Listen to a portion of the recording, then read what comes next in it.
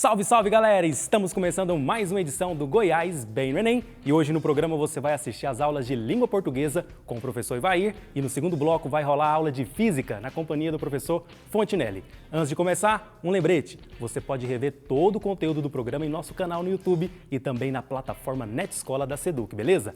Agora sim, vamos para a aula de português. Bons estudos!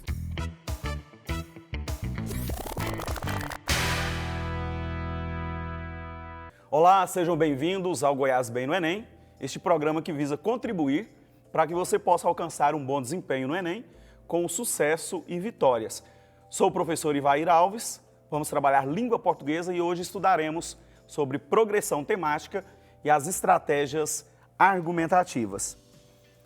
A competência que nós iremos trabalhar hoje é a competência 6, compreender e usar os sistemas simbólicos das diferentes linguagens como meios de organização cognitiva da realidade pela constituição de significados, expressão, comunicação e informação. A habilidade 18, identificar os elementos que concorrem para a progressão temática e para a organização e estruturação de textos de diferentes gêneros e tipos. Também trabalharemos a competência 7, confrontar opiniões e pontos de vista sobre as diferentes linguagens e suas manifestações específicas. Nesse caso, trabalharemos a habilidade 24, reconhecer no texto estratégias argumentativas empregadas para o convencimento do público, tais como a intimidação, sedução, comoção, entre outras. Ok? É importante que, inicialmente, a gente possa entender, para nós lermos um texto, é importante que a gente faça essa interpretação reconhecendo primeiramente o tema. O texto trata de qual tema? O articulista ou a reportagem, a notícia, dependendo do gênero textual ao qual estamos estudando, qual é o tema que está sendo tratado. No outro momento, é importante que nesse mesmo texto a gente possa identificar a tese quando se trata de um texto argumentativo, ou seja, qual é o posicionamento do articulista, do artigo que você está estudando. Finalmente, a gente precisa também entender quais são as estratégias argumentativas utilizadas. Ok? Leitura e interpretação. São incontáveis os gêneros textuais e, o tempo todo, escolhemos diversos deles para as diversas práticas sociais, seguindo sempre a necessidade temática e a relação entre os interlocutores e a vontade enunciativa. Então, sempre que você lê um artigo de opinião, que você lê uma notícia, ela tem um tema e ela tem essa relação. O que o articulista, o que a notícia pretende passar para você? Então, é importante que você esteja sempre atento sobre essa questão. O interlocutor, somos nós que recebemos essa notícia, esse texto. Quanto à tipologia, nós temos que entender dos textos narrativos, aqueles que contam uma história, apresentam um enredo, um texto descritivo, onde vai descrever minuciosamente um objeto, uma pessoa, uma cena. Também é importante a gente entender sobre os textos expositivos, aqueles que vão explicar algo muito comum nos livros didáticos. O texto injuntivo, típico de receitas, manuais, aqueles que impõem uma ordem, sempre usando os textos, os verbos no infinitivo para dar essa ordem. E, finalmente, os textos argumentativos, aos quais os alunos da terceira série nós utilizamos muito, né? O artigo de opinião, a carta argumentativa, ou mesmo o texto dissertativo, a redação, né? Que a gente se prepara justamente para o Enem. Sobre esses textos, é importante que dentro dessa gama de informações, desse número grande de gêneros textuais, a gente possa identificar a função da linguagem e, a partir daí, analisá-lo, comparar, inferir, né? Inferir seria deduzir, levantar hipóteses sobre o que o texto traz nessa abordagem. Deduzir, concluir e interpretar. Então é muito importante que nós estejamos sempre atentos, né, nessa ordem. A primeira questão é perceber qual é a temática do texto. Depois nós vamos perceber se é um texto argumentativo, qual é a tese, ou seja, qual é o posicionamento do articulista. Então, galera, nós vamos iniciar aqui, olha, com uma questão do Enem de 2017, a questão 9. Então, é importante você perceber como que o tema está sendo tratado, quais são os argumentos utilizados. Então vamos começar aqui a leitura. Orgulho de ser nordestino. Esse é o lema de uma das torcidas organizadas do Ceará. A Cangaceiros Alvinegros, que retrata bem qual o sentimento dos torcedores desse clube, um dos mais expressivos do Nordeste. Há entre os torcedores aqueles que torcem apenas para o Ceará e aqueles que torcem por um time do Sudeste também, denominado torcedores mistos.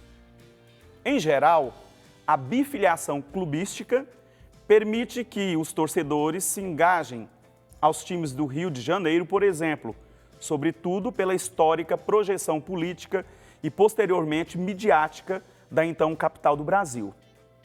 Contudo, no interior da Cangaceiros Alvinegros, sustenta-se a autoafirmação como nordestinos, rechaçando aqueles que deixam de torcer pelo time local para se apegarem aos clubes mais distantes.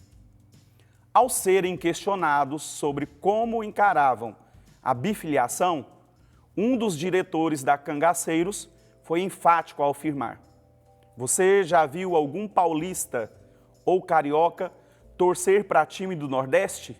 Então por que eu vou torcer para time do Sul?" Ok, então esse é o texto e a gente vai ficar agora bem atento o que o enunciado dessa questão aborda.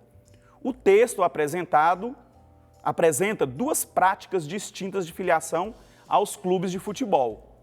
Nesse contexto, o significado expressado pelo lema "orgulho de ser nordestino" representa o ou a. Pois bem, então agora nós vamos às alternativas.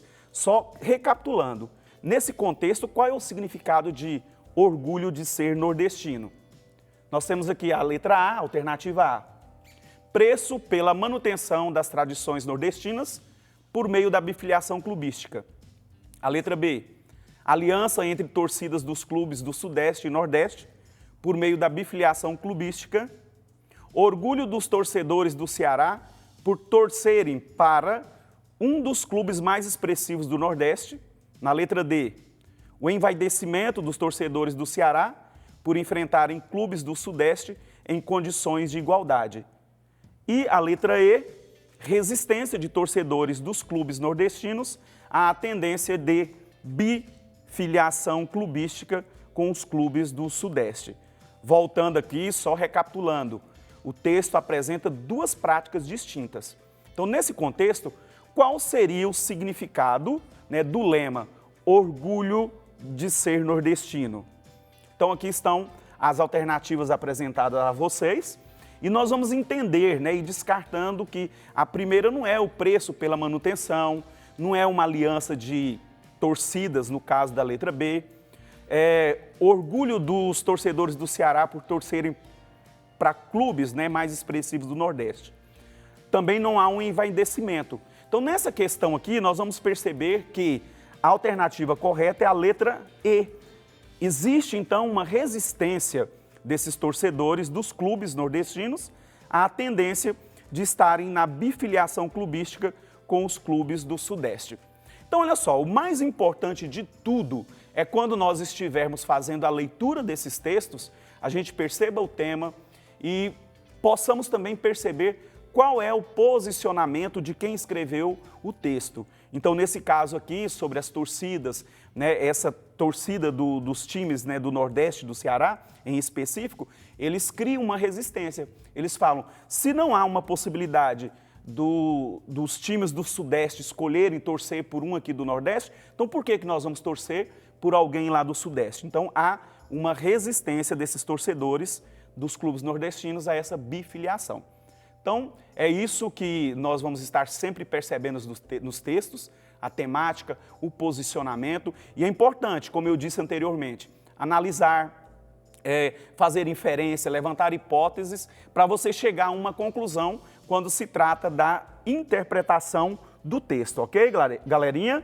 Então, encerramos aqui mais uma aula do Goiás Bem no Enem e eu conto com vocês para a próxima aula, ok? Muito obrigado e até a próxima e um forte abraço. Valeu, galera!